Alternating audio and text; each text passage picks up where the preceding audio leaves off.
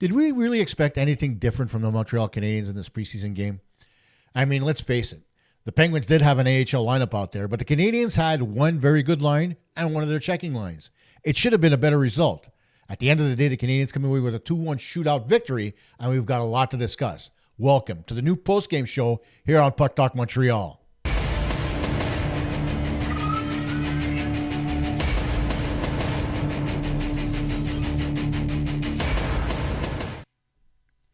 Hey gang, Kosta here from Puck Talk Montreal. Thank you for joining us for this post-game show.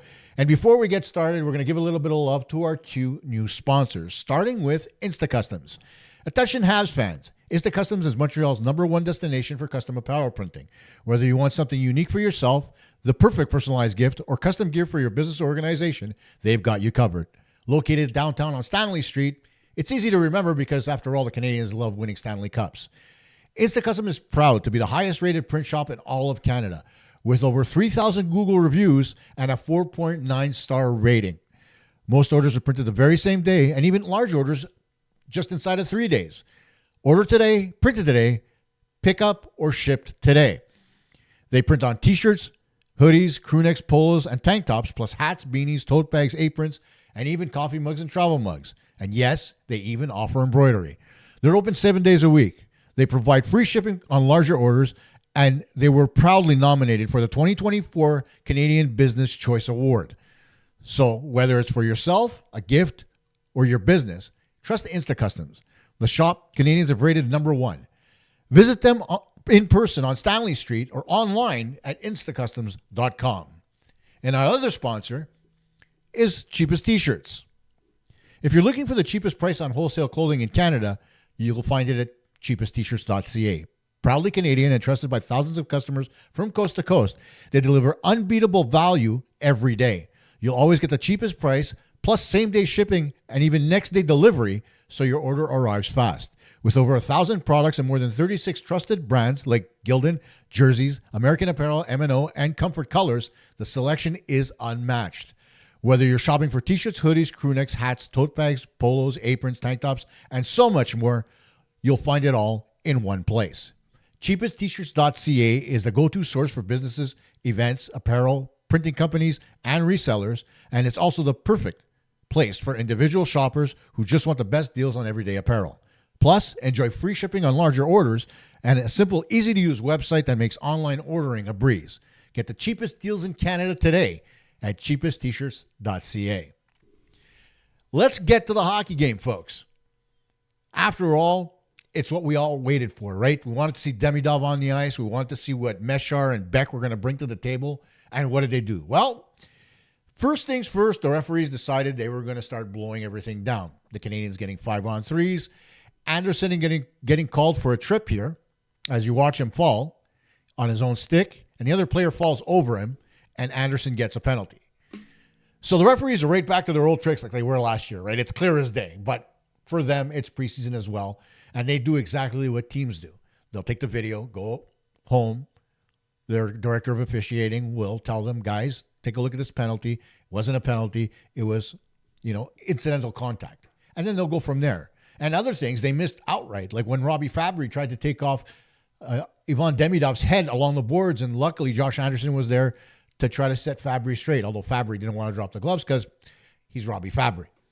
But then we got some of the other good stuff that we love to watch, and that is a Sam Montembeault save.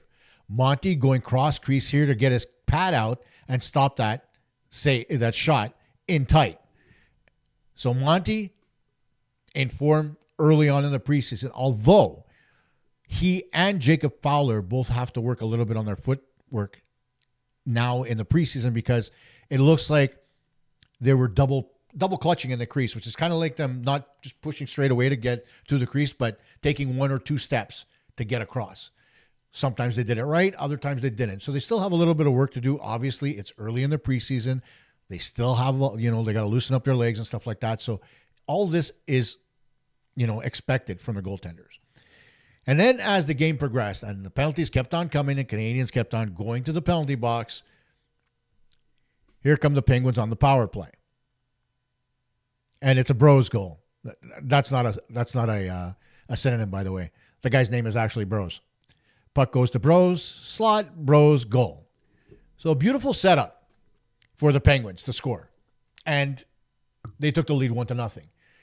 And then the Canadiens, I think after the first period, only had 7 shots. So they really weren't dictating the pace by any stretch, even though their lineup could be deemed stronger than what the Penguins put out there.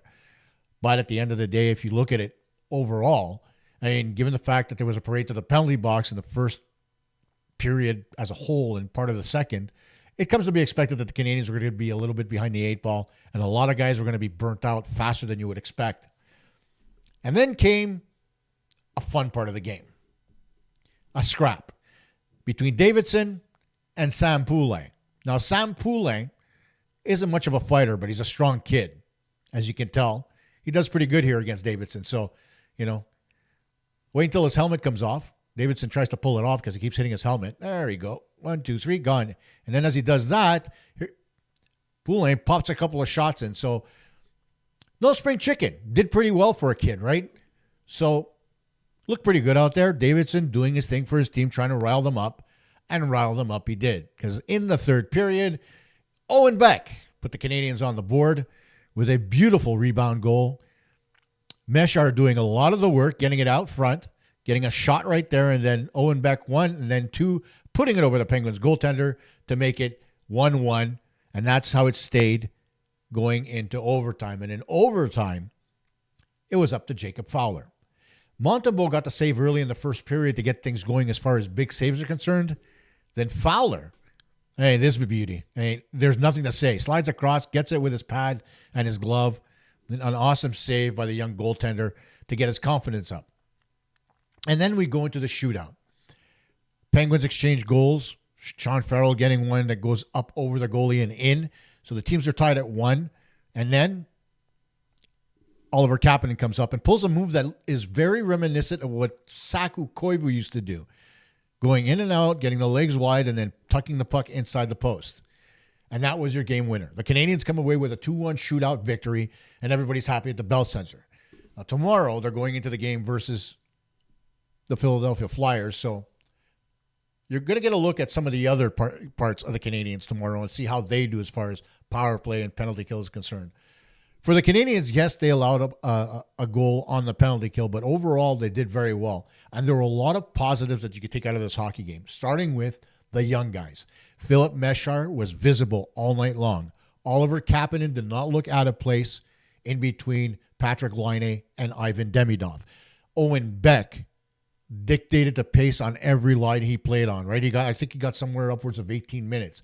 Shows that Marty St. Louis trusted his game, and he kept on rolling him out there regularly, which is great for Owen Beck's confidence because after 12 regular season games, I think he's got maybe 1 assist or 2 tops. So wasn't anything to write home about, and you worried about his confidence a little bit, right? This is going to be his kick at the can. Chances are there's not going to be anywhere in the lineup that the Canadiens can actually put him in unless he forces their hand enough for them to make a trade. But that remains to be seen, right? It's a stretch because Beck could still go down to the American Hockey League. Oliver Kapanen's another story, though, because right now, given how he played tonight, there's going to be a lot of questions asked about whether it's going to be him or Kirby Dach. Fact is, if Kapanen plays well enough and Dach doesn't have to be brought back in, then the Canadiens can actually wait a little bit longer and let Dach convalesce so that he doesn't get any worse, right? Which is a great thing to have as far as a secondary option. Because before, we were worried about the second line center, but if Kapanen, I know it's just one game, but if Kapanen plays as well as he did tonight, he was over 50% at the dot. I think Evans was somewhere around 75%, and that's like just crazy numbers. But again, it was an AHL team for the Penguins. But overall, when you look at Kapanen winning over 50% of his faceoffs, being a catalyst in the offensive zone along with Laine and Demidov, I mean, there's a lot to be said there. Another thing about that line that I want to bring up while we're on the subject of Kapanen is Patrik Laine. Patrik Laine was not only visible in the offensive zone, but also in the defensive zone. You saw him deep. You saw him behind the goal line. You saw him getting engaged, using his stick to, close gaps on people. And there's a lot to be said there because we didn't see a lot of that last year. He was on his horse. He was skating. He was moving. And Laine is not going to be the guy who's going to look like the Roadrunner where his feet are just churning nonstop, right? He's a big, lumbering guy who takes big, powerful strides to get down the ice. He did that tonight. And then what's there to say about Ivan Demidov? I mean, Demidov was just Demidov. I mean, he struggled a little bit early in the hockey game because the Penguins were really pressuring him a lot along the half wall, putting him into the boards, knocking him off stride, kind of messing with his rhythm. But then in the second period, he adjusted and he started to be a lot more effective, which is good because that's how the league's going to treat him. If you're going to be the guy that people think you're the favorite to be the rookie of the year, trust me, they're going to be watching you closely. And especially in a game where you're the top line winger, they're going to come after you, especially in the preseason. So it remains to be seen how that goes through the regular season. But overall, that was great. Philip Meshar, another guy, really did well out there. He was visible. He was creating offense, got a couple of chances as well. Good on him, right? Last year, almost a lost season for him, getting injured early on and then, having a setback and really not getting his feet under him. And then when he came back to the Rocket, having a good end of the year and good playoffs. So if he can parlay that into a little bit more this season, then the Canadiens might very well have the first-round pick that they expected they had. Then let's look at the pairing of Matheson and Noah Dobson. They looked good out there. I have to say that at one point I saw Dobson on the left and Matheson on the right, and I was like, why aren't they switching back? But, it was a long change, so I'll give them a little bit of a leeway there. But at the end of the day, the two of them looked very good together. Dobson was doing his thing, separating man from puck, uses his stick extremely well to manage the gap. And that's what you want to see from Dobson, right? What more is there to talk about? Struble, I found he played okay, but he could have done a little bit more as far as passing the puck to Engstrom at certain points when they were on the ice together.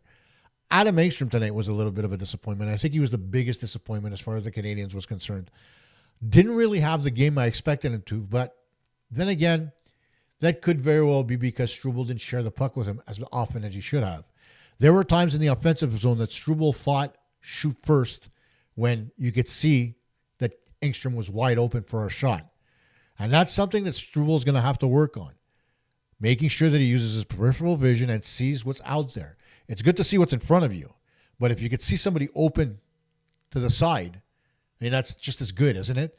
And Engstrom, more often than not, had a lot of room to step into one, but he was never given the puck. So those are things that they're going to see on video.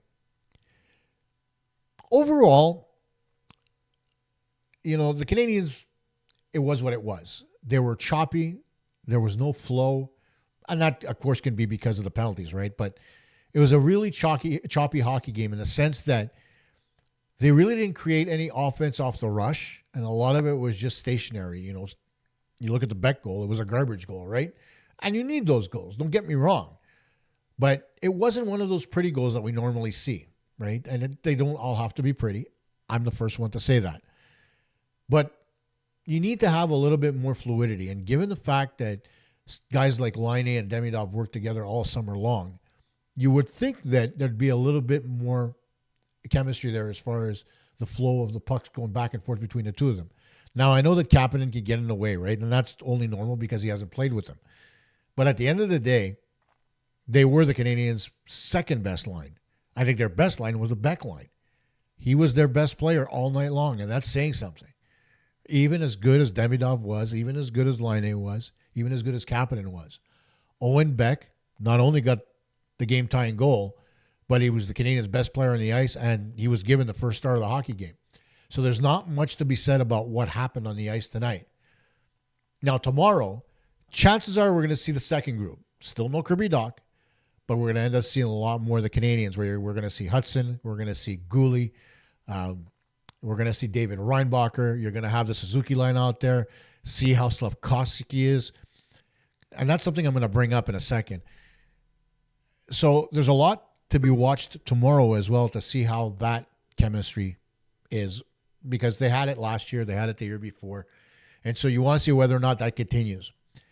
But I want to say something about Slafkovsky, because I read 3 articles today One was by Eric Engels, and Eric is a fantastic writer.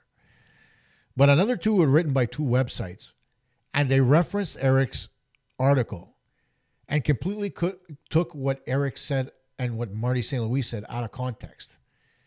In the sense that, yes, there's a little bit of urgency to get Slafkovsky going here and get his point totals up. He had 51 points last year, 50 the year before. And it's important for him to get off to a good start this season. And I think he's well aware of that, right? But to say that Marty St. Louis is pressuring him and isn't happy with him, and that's a lot to say in what Eric said. Eric did not say that. Marty St. Louis in his press conferences, and I've watched all of them, and Yuri Slafkovsky, they both said that they have higher expectations.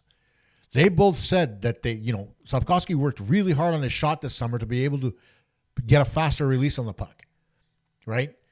And everybody's basing what they think of him on what's going on at practice. Stop it. Okay, and when you're writing an article for a website, and again, I'm not going to name the websites that did this, but when you're writing for an article for a website and you're referencing somebody who's reputable like Eric, you got to take the time to sit there and actually read the article and not make stuff up as you go. It's one thing to have opinion. It's another thing to quote and then say, according to the quote, that somebody thinks a certain way, because it's not the case.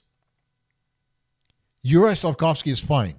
He's in his third full season with the Canadiens. If you remember his first season, he got injured and missed the second half of the year. So he's only, 22 years old? He's going into the first year of his contract, and you think that's the important part, right? Because he's getting overpaid? He's not getting overpaid.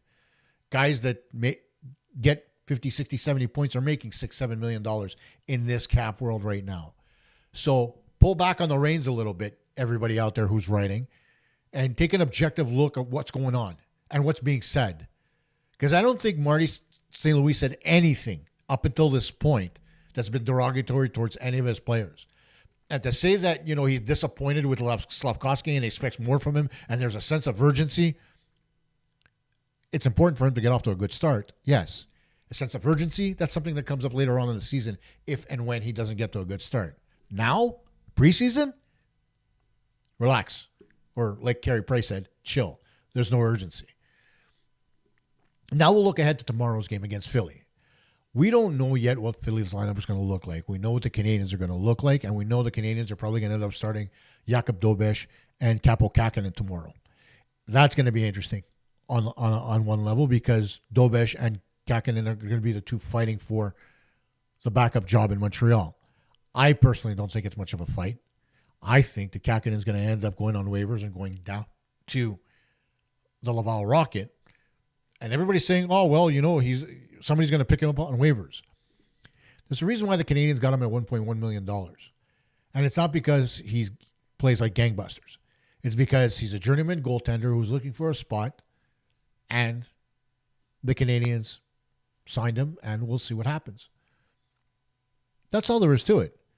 Jakub Dobeš, in my own opinion, and I don't think everybody's going to agree with me, but in my own opinion, I think he's the most skilled of the Canadiens goaltenders. And the reason I say that is just the other day, I had a discussion with Mark Champagne, who used to be the goalie coach for the New York Islanders and Yaroslav Halak, and I've mentioned him before on the show. And he outright told me that he loves Dobeš's style, he loves his combativeness, and he loves his technique. In the sense that he can make the reactionary saves when needed, he can move very well, he tracks very well. He crosses off all the buttons. Right? Or he presses all the buttons. Let's put it that way. Crosses off.